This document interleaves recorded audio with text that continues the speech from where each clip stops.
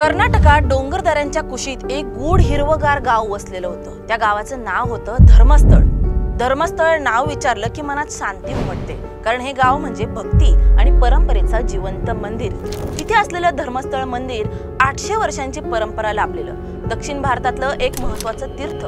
शिव इथं मंजुनाथ नावानं पूजले जातात। त्यांच्या बरोबर आहेत अम्मनावरू, चंद्रप्रभ तीर्थंकर आणि जैन धर्मातील रक्षक देवता। हे मंदिर एकच नव्हे तर अनेक विश्वासांचं केंद्र आहे।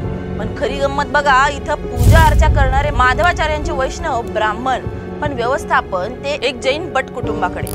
हजारो भाविक, प्रत्येकाची डोळ्यात श्रद्धा, दर्शन, प्रसाद, भोजन सगळं काही आदर्शवत। पण या मंदिराच्या दिव्य कुंभाच्या खाली एक अंधार दडलेला होता, इतका गडद की त्याने सत्याला गिळून टाकलं होतं। 1995 ते 2014 19 वर्ष या काळात 100 पेक्षा अधिक स्त्रिया गायब झाल्या। त्यात होत्या काही शाळकरी मुली, काही कॉलेजला जाणाऱ्या तरुणी, तर काही विवाहित स्त्रिया। गावात पोलीस स्टेशन नव्हतं, कारण कधीच गरज पडली नव्हती म्हणे। पण सत्य काय होतं? कोणी बोललं नाही, कोणी विचारलं नाही आणि कोणी शोधलेलंही नाही। म्हणजे खरंच त्या स्त्रिया गायब झाल्या होत्या की कोणीतरी त्यांना मारून टाकलं होतं? मग येतो 2025, धर्मस्थळाचा चेहरा बदललेला होता।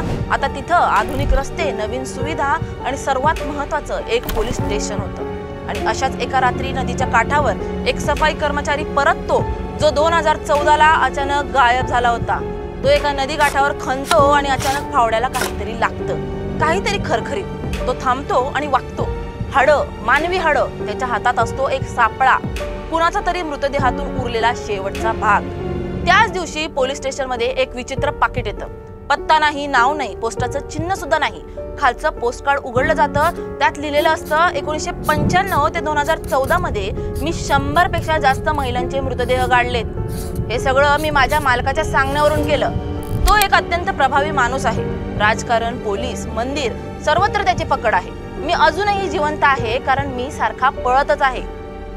पण मला खूप पश्चाताप होत आहे। आता मी सांगायला तयार आहे, पण मला आणि माझ्या कुटुंबाला संरक्षण पाहिजे। मी हे सर्व सुप्रीम कोर्टातील सरकारी वकीलला सांगितलं आहे।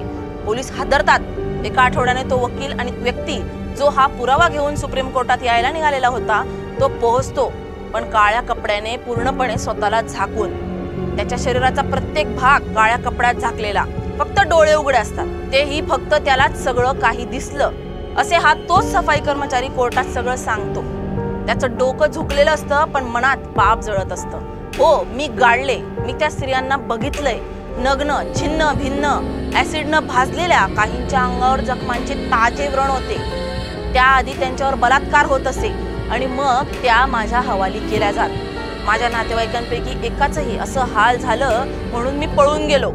पण आता हे मला सहन होत नाही, मी शांत झोपूही शकत नाही, म्हणून आज मी समोर आलोय। हा मालक कोण होता? मंदिराच्या व्यवस्थापनात त्याचा हात होता का? पोलीस अधिकारी का शांत होते? 100 बळी की ते फक्त अत्याचाराचे शिकार होते? कोणतीही चौकशी नाही, कोणतीही कारवाई नाही, फक्त धाक, दबाव आणि मृत शांतता। पवित्र स्थळ जिथं मुक्ती मिळते म्हणतात, तिथंच जर बलिदान होत असेल तर मग श्रद्धा कोणावर ठेवायची? आणि जर देवळांच्या गाभाऱ्यात राक्षसी आर्तना दडपल्या जात असतील, तर त्या घंटांचा आवाज खरंच भक्तीचा आहे का? या घटनेनंतर खूप प्रश्न उठतात। गावातील लोक शांत का होते? कोणी प्रश्न का नाही केला? कोणी पोलिसांमध्ये तक्रार का नाही केली? एवढ्या कबुलीनंतर पोलीस अधिकारी कोणतीही ऍक्शन का घेत नाहीत? कोण आहे हा व्यक्ती ज्याने एवढे सगळे अत्याचार केले आणि त्याला याची खंत आहे तरी का?